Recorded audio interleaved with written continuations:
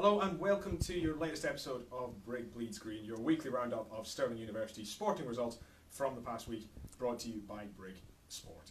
My name is Craig Wright, and in a moment I'll be running you through the week's rugby action, but first, Harry McArthur has the results from a busy day of football. And starting off with the men's football, the men's first drew 0-0 at home to Nottingham in a really good game. The men's seconds won 3-1 away to Napier firsts.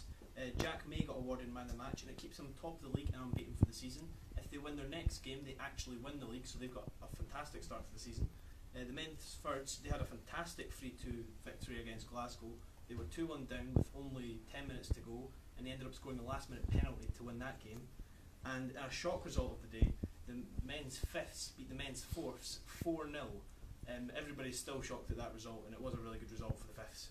And in the women's, 2 victories for them as well. The women's firsts won 2-1 away to Glasgow, and the women's seconds won 3-0 at home to St Andrews. And I'll pass you back to Craig for the rugby.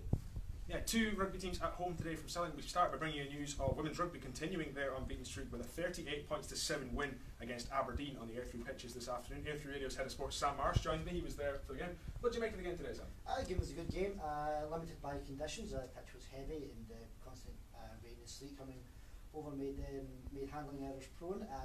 Stirling thoroughly deserved the win and could have scored more points, but tired towards the end when Aberdeen came back in, unlucky not to score again, but crossed the line but held up, and Stirling's line defence kept the points difference. It's important that they keep as large a gap as possible, as they need to try to close in on Glasgow's point difference. Thanks very much, Sam.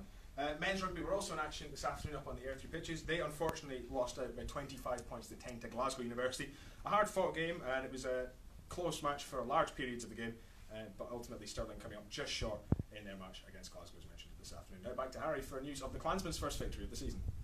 And as Craig just said, it was our first victory of the season. We were playing at home to Loughborough in a really tight game. It ended up 13 points to 6.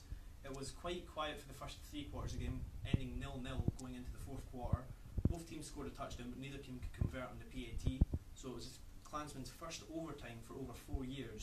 And some clutch offence saw us score within 5 plays, and then a game-winning stop from Connor Remington forcing a fumble on a 4th down snap for Loughborough ended up seeing Stirling see it out. And the man of the match had to go to Ashley Hopkinson because he got 4 interceptions in the one game, which is absolutely unheard of and was fantastic. And now I'll pass you back to Craig.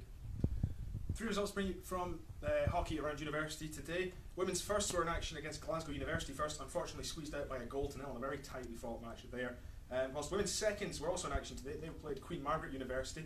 Unfortunately lost by 3 goals to 1, but it's an improvement on their match against the same opposition last week, in which they lost 7-0. So signs of improvement there for women's seconds. The women's third team are in action tonight. They're up against Edinburgh Sixths away in the capital.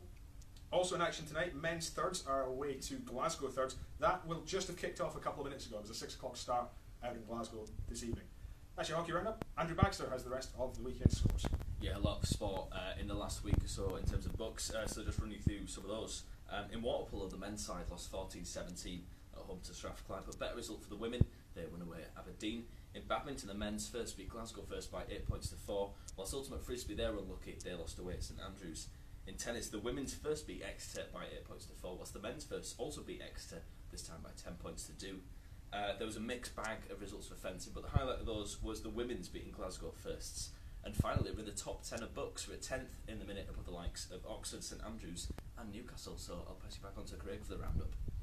Pretty much it for this week's roundup. There is a fairly busy schedule over the weekend. Futsal, netball, badminton, golf and volleyball are amongst the clubs in action this weekend.